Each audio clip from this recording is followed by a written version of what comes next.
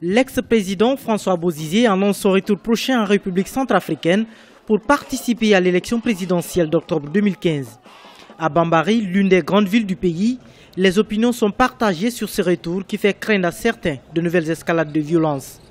La ville de Bambari est en effet un exemple frappant des clivages que le pays a connus ces dernières années. 2 ans de violence ont occasionné la mort de milliers de personnes et forcé plusieurs centaines de milliers d'autres à quitter leur maison. Je refuse catégoriquement pour que Bozizé revienne encore poser sa candidature. Parce que tout ce qu'on est en train de subir, c'est à cause de la politique de Bozizé qui amène tout ça. Moi, je suis très mécontent de ça. Le retour de François Bozizé en Centrafrique n'est pas tout à fait aisé. Le gouvernement qui lui a succédé a émis un mandat d'arrêt international et demandé son arrestation en 2013, l'accusant de crimes contre l'humanité et incitation au génocide.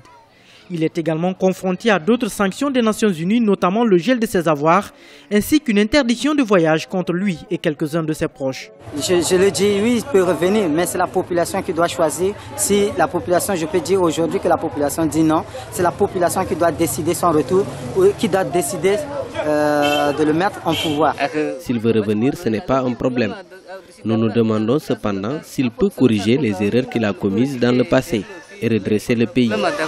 L'ex-président François Bozizé a été renversé en mars 2013 par les forces rebelles de la Seleka après 10 ans passés au pouvoir. Sa chute a conduit à une période de chaos caractérisée par des attaques de représailles des anti-Balaka contre les Seleka. Bien que les attaques dans la capitale se soient atténuées ces derniers temps après le déploiement de la mission de maintien de paix des Nations Unies, des violences sporadiques sont encore enregistrées.